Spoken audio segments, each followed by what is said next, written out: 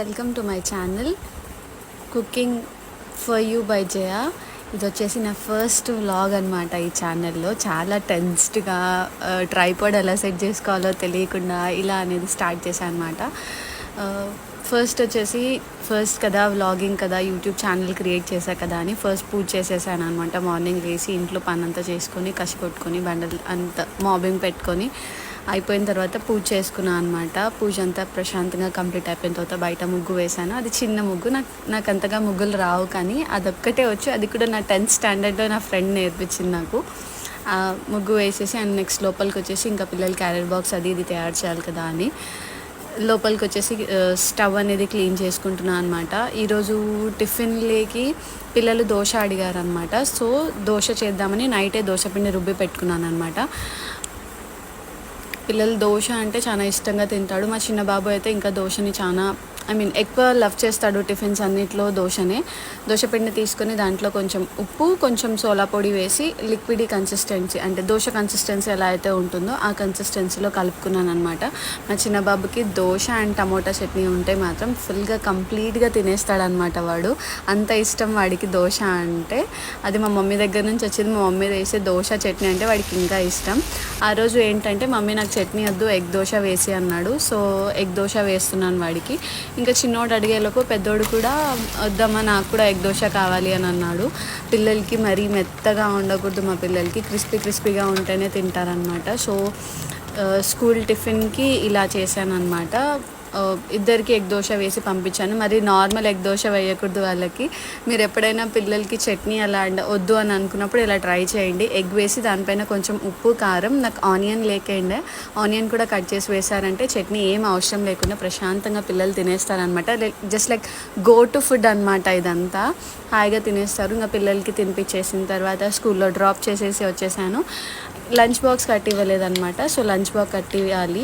Rice నానబెట్టేశాను. And ఈరోజు వచ్చేసి బీరకాయ పప్పు అండ్ బీన్స్ ఫ్రై చేద్దామని అనుకుంటున్నాను. పిల్లలకి పప్పు కట్టి పంపిస్తే ఫ్రై మేము తినొచ్చు అని అనుకున్నాను.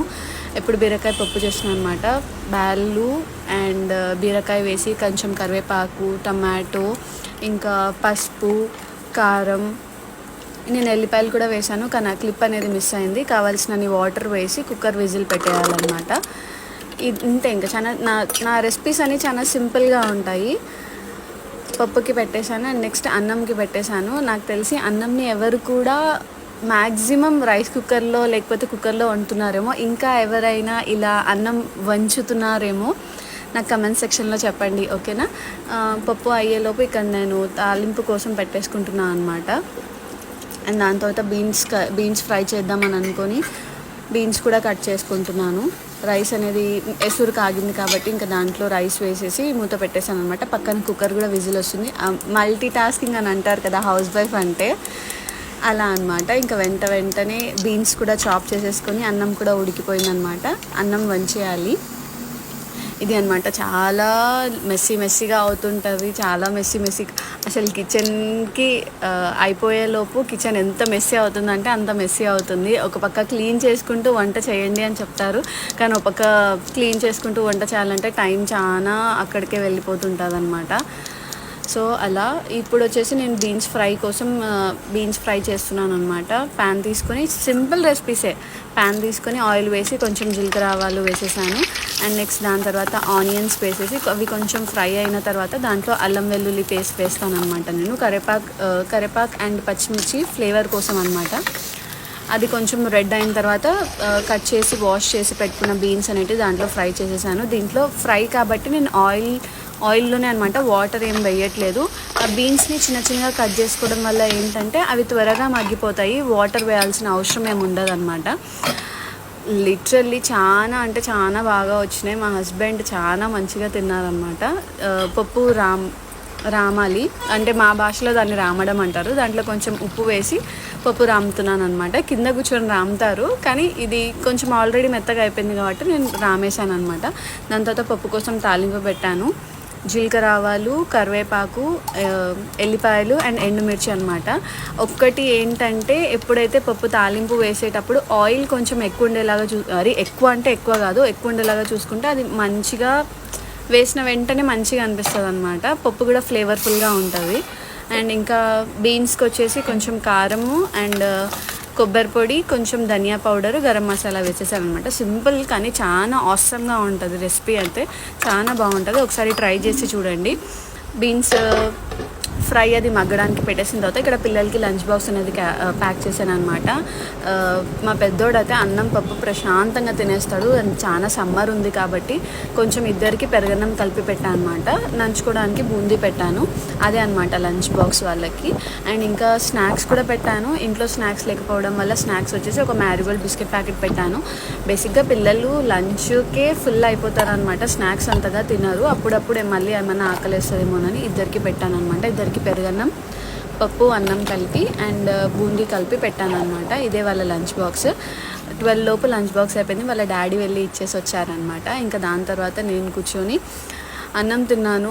మార్నింగ్ నుంచి అదే పని ఉండడం వల్ల టిఫిన్ చేయలేదన్నమాట. సో నేను కూర్చొని అన్నం తినేసాను. అండ్ ఈ క్లిప్ వచ్చేసి నైట్ క్లిప్ అనమాట. అండ్ నెక్స్ట్ దాని తర్వాత పిల్లలు వచ్చారు, చదివించుకున్నాను, తిన్నారు, అంతా అయిపోయిన తర్వాత ఇది వచ్చేసి నైట్ క్లిప్ అనమాట. పల్లీ చట్నీ చేస్తున్నాను. ఏం లేదు, అన్ని సింపుల్ రెసిపీసే నావి. పల్లీ చట్నీ చేయడానికి ఆయిల్ వేసి పల్లీలు వేయించుకున్న తర్వాత కొంచెం పచ్చిమిర్చి, అవి కొంచెం ఫ్రై అయిన తర్వాత తీసి పెట్టేసాను నేను సైడ్కి, మళ్ళీ మాడిపోతాయని. కొంచెం పుట్నాలు వేస్తాను అనమాట. మొత్తం పల్లీ చట్నీ అంటే మా వాళ్ళు తినరు. వేసేసిన తర్వాత మిక్సీకి వేసేసి దాంట్లో కొంచెం ఉప్పు వేసి కొంచెం బరకగా మిక్సీ పట్టిన తర్వాత నేను దాంట్లో వాటర్ అనేది వేస్తాను అనమాట. మిక్సీ పట్టేశాను ఇక్కడ. నైట్కి వచ్చేసి ఇదే అడిగారు మా పెద్దోడు కూడా. అమ్మ నాకు మళ్ళీ ఎగ్గే కావాలి అని అంటే, మళ్ళీ అదే రైస్తో చేసిన దోశ పిండి ఎందుకు అని నేను ఇక్కడ వచ్చేసి రాగి పిండి యూస్ చేశాను అనమాట. చట్నీ రెడీ అయిపోయింది అండ్ దీంట్లోకి తాలింపు వేయాలి. ఇప్పుడు తాలింపు వేయందే అస్సలుగా తినరు మా ఇంట్లో. తాలింపు కంపల్సరీ వేయాల్సిందే. అది ఎంత ఫ్రై చేసినా, ఎంత పచ్చిగా అనిపించినా కూడా కంపల్సరీ తాలింపు వేస్తేనే కదా ఆ టేస్ట్ అనేది ఉంటుంది. కొంచెం ఆయిల్ వేసి జీలకర్ర ఆవాలు, కరివేపాకు మాత్రమే వేసాను అనమాట. ఎండుమిర్చి వేయలేదు, ఎందుకంటే అప్పటికే కారం అనిపించింది అనమాట. పిల్లలు కూడా తినాలి కదా, సో దాంట్లో ఎండుమిర్చి అనేది నేను వేయలేదు. అండ్ ఇది అవుతూ ఉంది. దాని తర్వాత నేను వచ్చేసి కరివేపాకు వేసేసి దించేసి దాంట్లోకి కలిపేసాను అనమాట. అండ్ నైట్కి వచ్చేసి పిల్లలు మంచిగా చదువుకొని చిన్నోడు పడుకుని పోయినాడు అనమాట. సో పెద్దోడు ఒకటే ఉంటే పెద్దోడికి ఒక్కటే ఎగ్ దోశ అనేది వేసి ఇచ్చాను అనమాట. తాలింపు మిక్సీలో కలిపేస్తున్నాను. అండ్ దాని తర్వాత నార్మల్ మళ్ళీ ఎందుకు దోశ పిండి, మళ్ళీ ఎందుకు అదే రైస్తో పిండి ఎందుకు అని నేను ఇక్కడ నిన్న నైటే వచ్చేసి రాగి పిండి ప్రిపేర్ చేసి పెట్టాను అనమాట. రాగి పిండి పిల్లలకి చాలా హెల్త్కి చాలా బెనిఫిట్స్ ఉంటాయి.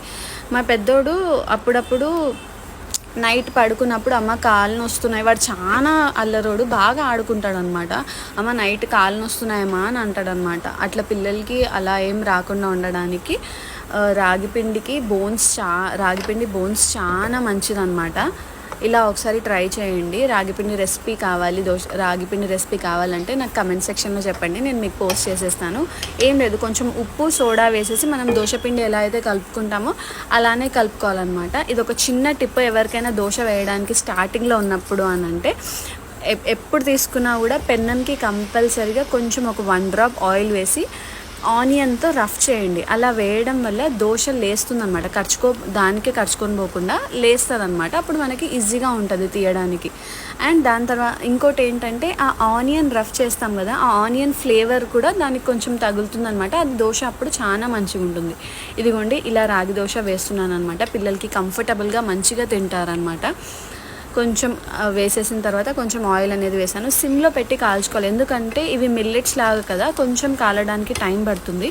సిమ్లో పెట్టుకొని కాల్చుకున్నారంటే ఈజీగా అయిపోతుంది అనమాట.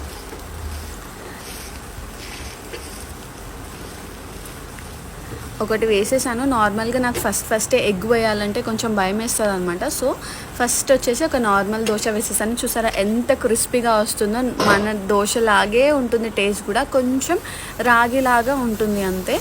అండ్ ఇంకోటి వచ్చేసి ఇక్కడ మా హస్బెండ్కి ఎగ్ దోశ వేస్తున్నాను అనమాట. ఎగ్ దోశ వేయి ఈరోజు అని అన్నారు. అండ్ తనకు వచ్చేసి ఆయిల్తో తినరు, కొంచెం డైట్ ఫ్రీక్ అనమాట. ఆయిల్తో తినరు కాబట్టి అక్కడక్కడ నెయ్యి ఫ్రిడ్జ్లో పెట్టింటే అది స్ట్రాంగ్ అయిపోయింది, అందుకని నెయ్యి వేసేసాను అనమాట. నెయ్యితో దోశ వేయన్నారు. నేను లిటరల్లీ మీరు కనుక ఈ రాగి దోశ కనుక తిన్నారంటే నిజం ఉన్న దోశల్ని అస్సలకే ఇంకొకసారి మళ్ళీ మళ్ళీ రాగి దోశనే తినాలి అని అంటారు తెలుసా, అంత క్రిస్పీగా వస్తాయి దోశలు నిజంగా. అంటే ఒక్కసారి ట్రై చేసి చూడండి, ఓకేనా? మీకు రెసిపీ కావాలంటే నాకు కమెంట్ సెక్షన్లో అడగండి, నేను మీకు రెసిపీ అనేది పోస్ట్ చేస్తాను. ఎగ్ దోశ వేసేసాను అనమాట. ఇలా వేస్తూ ఉంటే మా చిన్నోడు కూడా మా పెద్దోడు కూడా వచ్చి అమ్మ నాకు కూడా ఎగ్ దోశ కావాలి అని అన్నాడు. సో వాడికి కూడా వేసి ఇచ్చేసాను అనమాట. నైట్కి దోశ తినడం ఓకేనా అని అంటే తినొచ్చు, టిఫిన్స్ తినడం కొంచెం మేలే కదా నైట్. మాటికి ఇంకా చపాతీ అంటే వీళ్ళైనా ఎలా తింటారు పిల్లలైనా కూడా. సో ఇలా హెల్తీగా ఉండడానికి కొంచెం ఇదొకటి చేంజ్ లాగా అనమాట, హెల్తీగా ఉండొచ్చు. కొంచెం ఉప్పు కారం వేసేసాను అనమాట, మంచి టేస్ట్ రావడానికి. ఆనియన్స్ వేయడం వల్ల కూడా చాలా మంచి టేస్ట్ వస్తుంది అనమాట. ఇది మా పెద్దోడి దోశ. అండ్ నైట్ వచ్చేసి మంచిగా తినేసినాడు వాడు, హాయిగా తిన్నాడు. మా హస్బెండ్ కూడా దోశ బాగా నచ్చిందనమాట. సో ఇక్కడ సూపర్ ఉంది అని చెప్తున్నారు అనమాట. దోశ చట్నీ మంచిగా నచ్చింది. అండ్ ఇది వచ్చేసి నా నైట్ రొటీన్ అండ్ నా ఫస్ట్ వ్లాగ్ అనమాట. Thank you so much for watching అనమాట. ఇంత లాస్ట్ వరకు చూసినారంటే కంపల్సరీగా మీకు కొంచెమైనా నచ్చే ఉంటుంది కదా. సో సబ్స్క్రైబ్ చేసుకోండి and stay tune for more vlogs అనమాట. Thank you.